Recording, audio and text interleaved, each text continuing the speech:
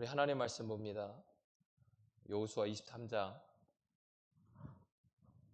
1절에서 11절에 있는 말씀. 여호수아 23장 1절에서 11절에 있는 말씀. 한 절씩 교독하겠습니다. 여호와께서 주위에 모든 원수로부터 이스라엘을 쉬게 하신 지 오랜 후에 여호수아가 나이 많아 늙은지라.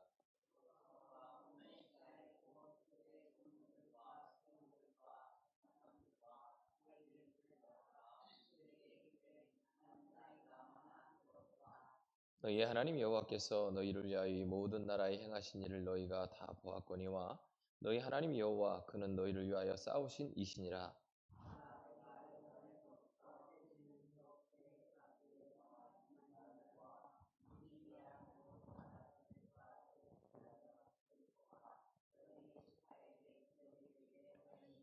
너희 하나님 여호와 그가 너희 앞에서 그들을 쫓아내사 너희 목전에서 그들을 떠나게 하시리니 너희 하나님 여호와께서 너희에게 말씀하신 대로 너희가 그 땅을 차지할 것이라.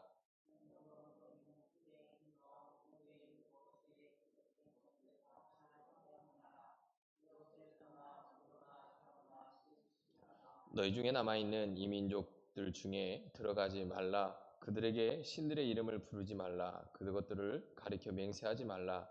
또 그것을 섬겨서 그것들에게 절하지 말라.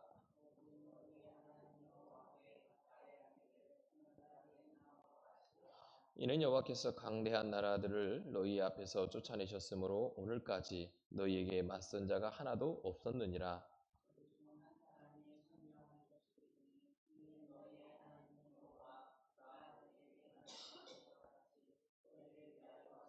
함께합니다. 그러므로 스스로 조심하여 너희 하나님 여호와를 사랑하라. 아멘.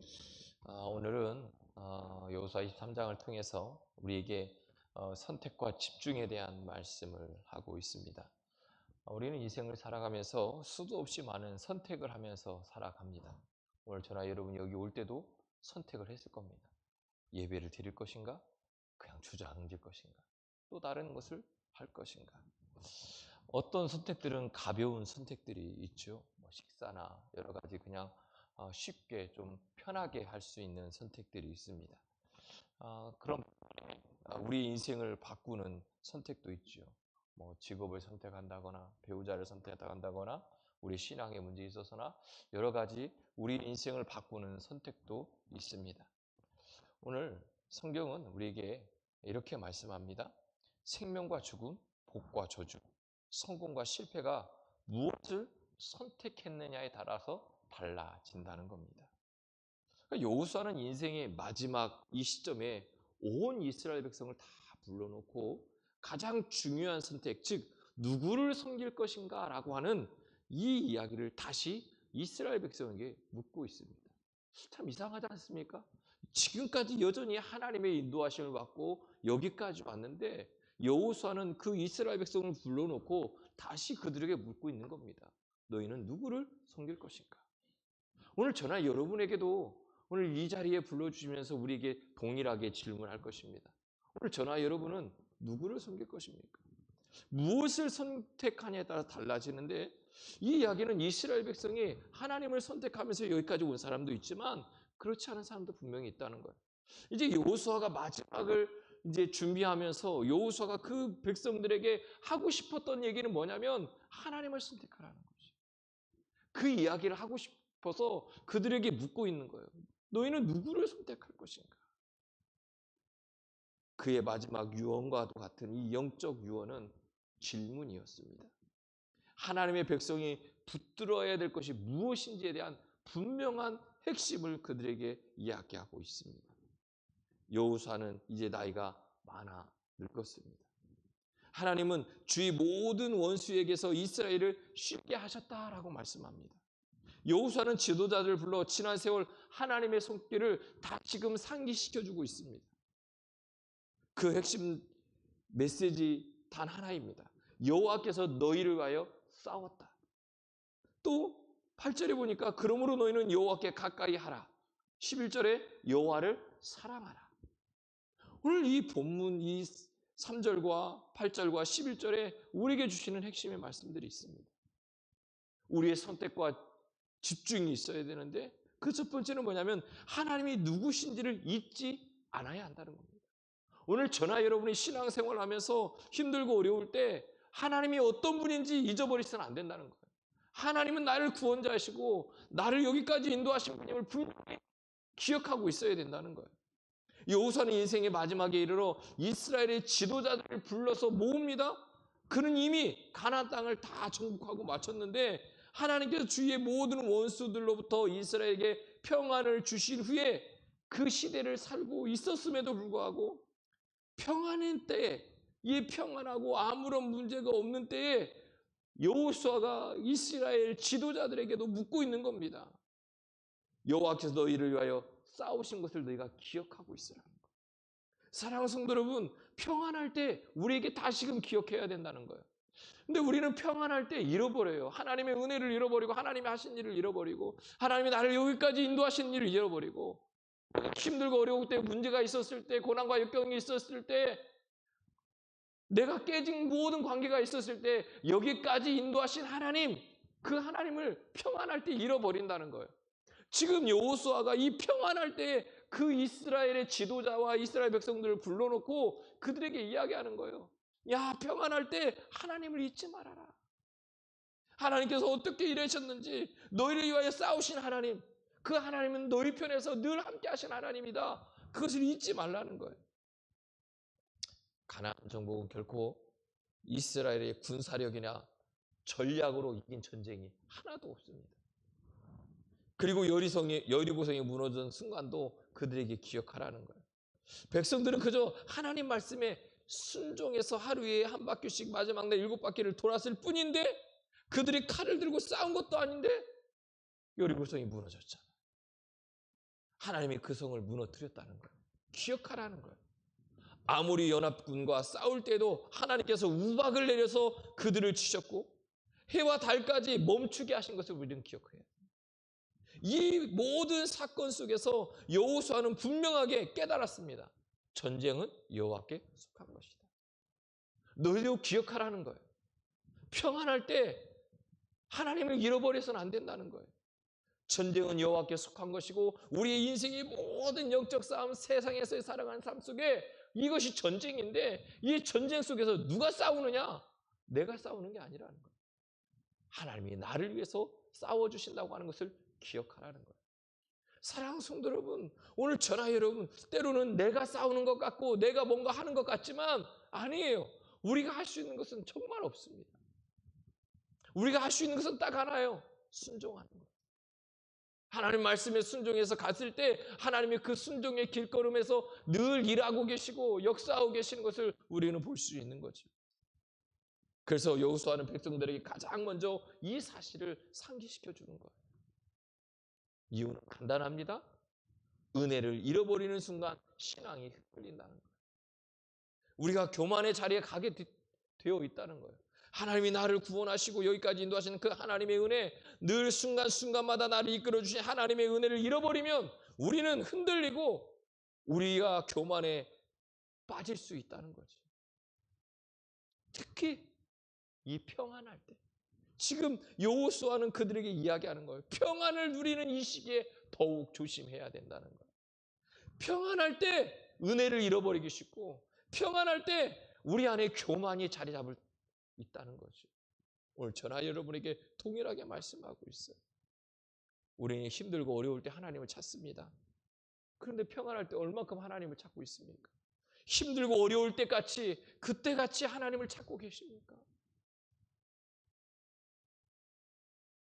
고난 중에는 기도하지만 문제가 해결되고 문제가 없을 때는 감사도 사라져버리고 기도도 사라져버립니다. 이게 우리의 연약함입니다. 우리는 이 연약함을 인정하고 편안할 때 우리가 하나님을 찾아야 되고 편안할 때 감사를 찾아야 됩니다. 하나님은 여호수아의 입을 통해서 누가 싸우셨는지 기억하라고 말하고 있습니다. 하나님은 과거뿐만 아니라 미래도 책임지시는 분입니다. 오늘 저나 여러분의 미래, 우리의 자녀들의 미래 누구에게 맡기겠습니까? 오늘 5절에서도 하나님은 여호와께서 이 민족들을 너희 앞에서 쫓아낼 것이다 라고 말씀합니다. 하나님은 어제의 하나님일 뿐만 아니라 오늘의 하나님이시고 내일을 인도하시는 하나님이시라고 말씀하고 있는 겁니다. 사랑하는 성도 여러분, 하나님은 우리의 삶의 전투에서도 동일하게 싸우고 계십니다.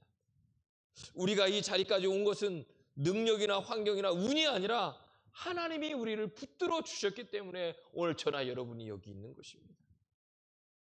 우리는 잊지 말아야 됩니다.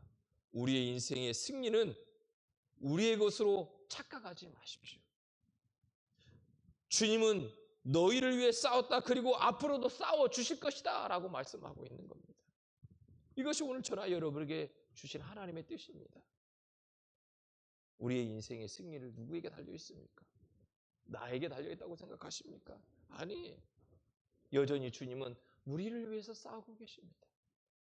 내 안에 갈등이 있고 어떤 선택의 기로에 서 있다고 한다면 그 선택의 기로에서 주님은 늘 나를 위해서 싸우고 있는데, 우리가 하나님 말씀에 귀 기울이는 것보다, 하나님 말씀하시는 것을 선택하는 것보다 세상의 것을 선택합니다. 무엇이 귀합니까? 여전히 우리는 신앙생활하고 믿음의 생활하고 하나님이 나의 구원자라고 고백하면서 세상의 것을 선택하고 세상의 것을 가고 있지 않습니까? 그럼 입술로만? 아니에요. 우리의 삶으로 보여줘야 됩니다. 하나님이 나의 주인이심을 고백할 수 있는 저나 여러분 되기를 주의를 축복합니다. 하나님이 누구를 위해 지금 싸우고 계신지를 분명히 기억하셔서 하나님이 원하시는 자리에 있을 수 있는 저나 여러분이 되기를 주의 이름으로 축복합니다. 6절에서 8절에 보니까 이렇게 말씀하죠. 백성이 하나님 편에 선택하기를 원하고 있다는 거죠. 은혜를 상기시킨 여호수아가요, 이제 이스라엘에게 중요한 명령을 합니다. 6절에 보니까 이렇게 말씀해요. 모세의 율법책에 기록된 것을 지켜 행하라. 좌로나 우로나 치우치지 말라.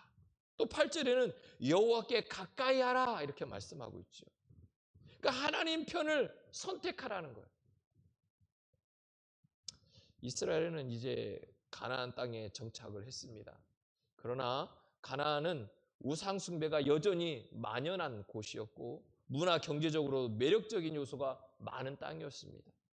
이스라엘이 조금만 방심하면 그들의 삶과 신앙은 쉽게 무너질 수 있었습니다. 그래서 여호수아는 그들과 섞이지 말라, 그들의 신들을 부르지 말라, 극단적 금지가 아니라 신앙의 타협을 막고 있는 거예요. 오늘 저나 여러분의 신앙생활하는 이곳에서도 똑같습니다. 우리가 신앙생활을 하다 보면 우리를 나도 모르는 사이에 우상숭배를 갖게 합니다. 무엇이 우상숭배입니까? 예배하지 못하게 하고, 기도하지 못하게 하고, 말씀 묵상하지 못하게 하고, 이것들을 방해하고 있는 모든 것들이 우상숭배 아닙니까? 또한 문화와 경제들이 우리를 자꾸 하나님보다 더 사랑하게 만듭니다. 이것에 쉽게 넘어간다는 거죠. 우리는 타협이라고 하는 말에 너무 쉽게 넘어갑니다. 신앙에는 타협이 없습니다. 그런데 우리는 타협이라고 하는 것에 우리의 삶을 얹혀놓고 적당히 그렇게 갈 때가 많습니다.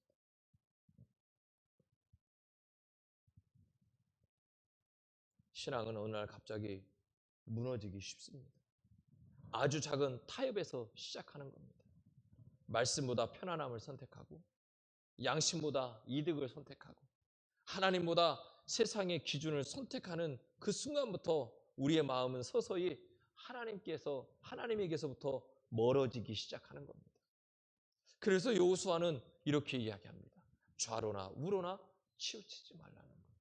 우리의 시선이 하나님께 계속해서 고정되어 있어야 된다는 겁니다. 길은 중심을 잡아야 흔들리지 않습니다. 그 중심이 흔들리는 순간 우리는 좌로나 우로나 치우쳐버리고 맙니다. 그때부터 우리는 서서히 하나님을 멀리하기 시작하죠. 시간이 없어서, 바빠서, 이런 일이 있어서 저런 일이 있어서. 이게 타협이라는 겁니다. 여호와께 가까이 하라는 말은 붙어 있어야 된다고, 떨어지지 말아야 된다고 하는 뜻을 가지고 있습니다. 신앙은 느슨하게 하나님을 따라가는 것이 아닙니다. 늘 붙잡고 따라가야 합니다. 풍랑이 심할수록 배는 더 단단히 닻을 내려야 하는 것처럼 시대가 악해질수록 신앙은 더 단단히 하나님께 붙어 있어야 합니다.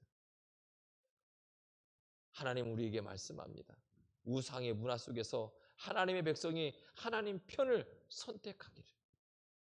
선택은 인생을 만들고요. 하루하루의 작은 선택이 내 영적 상태를 결정짓는 것입니다. 하나님은 능력보다 방향보다 분명한 목적이 있어야 된다는 겁니다. 하나님을 선택하는 사람이 결국 하나님이 지키는 삶을 살아가는 것입니다. 오늘 저나 여러분은 어떤 모습으로 살아가고 있습니까? 하나님의 것을 선택하고 있습니까? 아니면 세상의 것을 선택하고 있습니까? 세 번째는 11절에 이렇게 말씀합니다. 자, 11절 읽겠습니다. 자, 시작.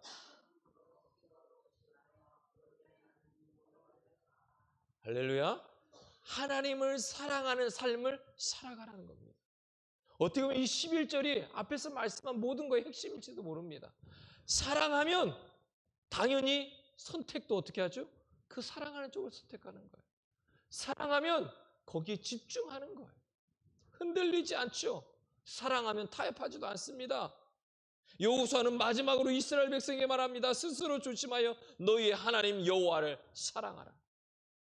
하나님은 규칙을 지키는 백성을 원하는 것이 아니라 하나님을 사랑하는 백성, 하나님을 사랑하는 하나님의 백성을 원하고 계시다는 겁니다. 그것을 여호수아는 알고 있었다는 거예요.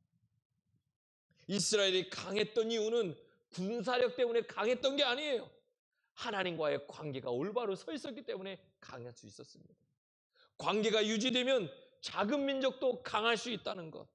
관계가 끊어지면 큰 민족도 무너질 수 있다고 하는 것을 눈으로 그들에게 보여주고 있는 겁니다. 하나님을 사랑하면 말씀이 순종되는 겁니다. 그래서 그 순종을 통해 기쁨을 찾는 겁니다. 하나님을 사랑하면 죄를 멀리하게 되어 있습니다. 억지로가 아니라 자연스러운 것입니다. 하나님을 사랑하면 예배가 의무가 아니라 감격이 되는 것입니다. 사랑이 없는 신앙은 형식이 되고요. 사랑이 없는 이 형식적인 신앙은요, 결국 죽음의 신앙으로 가는 거예요. 무감각해지고 예배를 드려도 기도를 해도 말씀을 읽어도 아무런 감각이 없고 아무런 느낌이 없는 그런 모습으로 가버리는 거예요. 그래서 하나님은 너희 하나님 여호와를 사랑하라고 말씀합니다. 사랑하면요 가슴이 뛰잖아요. 사랑은요 사랑하는 동안에 계속해서 가슴이 콩닥콩닥콩닥 뛰는 겁니다. 멈추지 않습니다. 그 가슴 뛰는 것이 멈추는 순간 사랑은 식는 거예요. 신앙의 목적은 지식이 아닙니다. 사랑이고 관계입니다. 하나님은 우리가 하나님을 두려워하는 종이 아니라 사랑으로 따르는 자녀가 되기를 원하고 있다는 겁니다. 하나님을 사랑하는 사람의 특징은 흔들리지 않는 데 있습니다. 고난 속에서도 믿음이 꺾이지 않습니다. 유혹 앞에서 방향이 바뀌지 않습니다. 왜냐하면 사랑은 관계를 지탱해주는 가장 강력한 힘이기 때문에 그렇습니다. 여호수아는 인생의 마지막 가장 중요한 것을 남깁니다.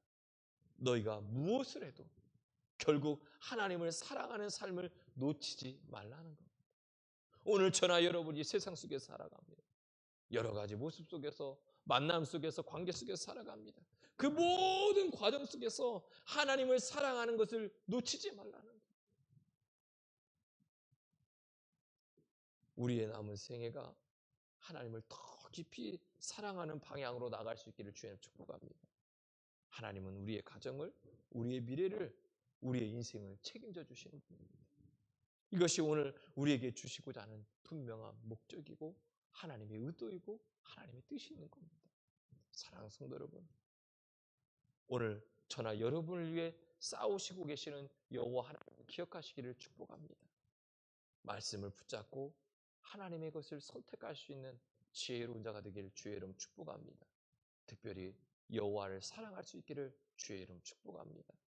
우리 모두 여호수아처럼 인생의 마지막 순간에 나는 여호와께 붙어 있었노라 라고 하는 고백, 나는 여호와를 사랑하였노라고 하는 이 고백, 이 고백을 드릴 수 있는 저나 여러분이 되기를 주의 이름으로 축복합니다.